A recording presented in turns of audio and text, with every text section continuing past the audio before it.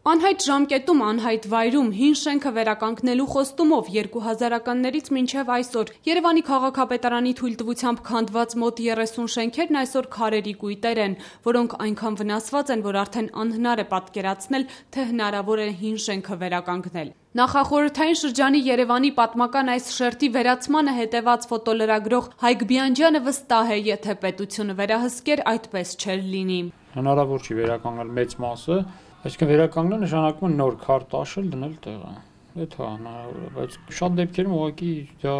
բան է, ոնց որ ասած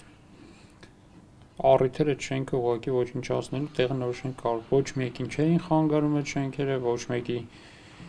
գերակա շահեր չէին այնտեղ շոշափվում։ Ամսաթիվ թե երբ վերջնական կհաստատվի եւ կսկսվի հին Երևանի շինարարությունը, ոչ ոք այսօր էլ հայտնել չի կարող։ Հիշեցնենք 2005-ից թղթի վրա ֆիքսված նախագիծ առաջարկը կրկին հայտնվեց հանրության ուշադրության կենտրոնում 2013-ին ոչ պատահական պահի քաղաքապետի ընտրությունների քարոզարշավի շրջանում։ Մաշտոցի պուրակում հանրությանն ու լրագրողներին ներկայացվեց մանրակերտը, խոստումով, որ այն կառուցվելու է։ Իդեպ նախագիծն այդ ժամանակ անգամ վերջնական տեսք չուներ։ Գլխավոր Պողոտայում Աբովյան փողոցից մինչև Կողբացի ընկած հատվածում հին Երևանի մի կտոր կառուցելու գաղափարը ծնվեց 2005-ին, ինչից հետո գերակա շահի մասին հայտարարելն ու տարածքն աճուրդի հանելը Հայաստանի կառավարությունը կարողացավ անել ամենաարագը։ Մարդիկ հեռացան տներից, ինչի հետևանքով այդ հատվածում պահպանված հին շենքերն աստիճանաբար սկսեցին փլուզվել, իսկ 9 տարի առաջ սկսված նախագիծը դեռ թղթի վրա է։ Բարի մեջ, եթե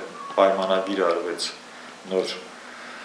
ներդրող հայտնվեց, որը կա ուղղակի բանակցային ընթացք է գնում, դա ինչ է նշանակում, կար ժամանակում կարելի նախագիծը հասնել այն էտապի, որ այս տարի գոնե հողային աշխատանքները սկսվեն, եթե ֆինանսավորումն էլ լինի, քանի որ մասնավոր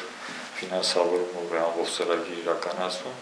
սա մոտավորապես կարելի է 3-ից 5 տարում իրականացնել այս ամբողջ ծրագիրը։ Ճարտարապետն ասում է, որ ճիշտ կլիներ, եթե պետությունն իրականացներ նախագիծը, որից հետո վաճառեր այն մասնավոր հատվածին, բայց քաղաքի կորուսյալ հատվածով վրդովված մարդկանց փոփանքի փողոց կառուցելու համար անհրաժեշտ է մոտ 120-ից 150 միլիոն ԱՄՆ դոլար, որի միջոցով ոչ թե կվերականգնվեն հին շենքերը, այլ երևի թե հին շենքերի լուսանկարներով կկառուցվեն նորերը։ Թեև շենքերի դիմային հատվածները կավիճով համարակալվում էին, այդ ժամանակ պետք էր ընկալել, որ դրանք քանդվում էին, մեկնաբանում է ճարտարապետը։ Ընկալեիք, որ դա ոչ թե ապամոնտաժ մենակ քանդում են, այսօր երևի այս վիճակը մենք չենք ունենա, որովհետև ուզած այդ շենքերի քարերի լավագույն դեպքում եմ ասում, օգտագործել են 30% քարերը։ Լուսանկարիչ Հայկ Բիանջյանն էլ չի մոռացել ոչ վաղ անցյալը, երբ սրբատաշ քարերը անփութորեն լցվում էին մեքենաների բեռնախցիկներ եւ տարվում անհայտ ուղղությամբ։ Ուղղակի քարեր չեն, իրանք հուշարձան շենքի քարեր են։ Շարթուփշուր եղած է, սա այս ամբողջ թռած են, այս մասերը։ Հələ թռածը ոչինչ, որ կիսված է լինում։ Եթե վերջապես մի օր հին Երևան նախագիծը աշխատասենյակից տեղափոխվի շին հրապարակ, նախագծի հեղինակը կփորձի պարզել, թե ինչ է մնացել այդ շենքերից։ Քանդողները եւ պատասխանատուները, ով այդ քարերի համար պատասխան են տալի, այսինքն մշակույթի նախարարությունը եւ քաղաքապետարանը, այս հերթով հարցերը պիտի տան, որ ինչ ցույց տան կոնկրետ քարերի տեղը, որ գնանք ուսումնասիրենք, տեսնենք քանի տոկոսն է պիտանի վերակառուցման մեջ օգտագործելու համար, այն ժամանակ ես ձեր հարցին, բայց այսօր ես իմ հարցերը թողած ես, ընկնեմ ուղղակի արդեն մյուս էտապի հարցերով։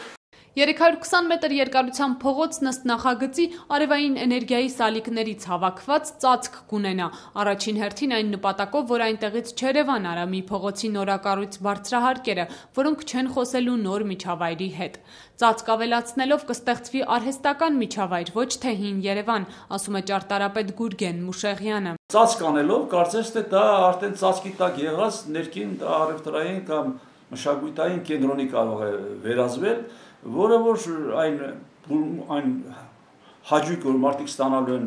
զբոսնելով հին Երևանում, դա երբեք այդ տպավորություն չի կարող լինել եւ մարդիկ մենք չենք կարող ներկայացնել, որ դա այն Երևանն է, որ համարում ենք հին Երևան եւ մեր հյուրերը կամ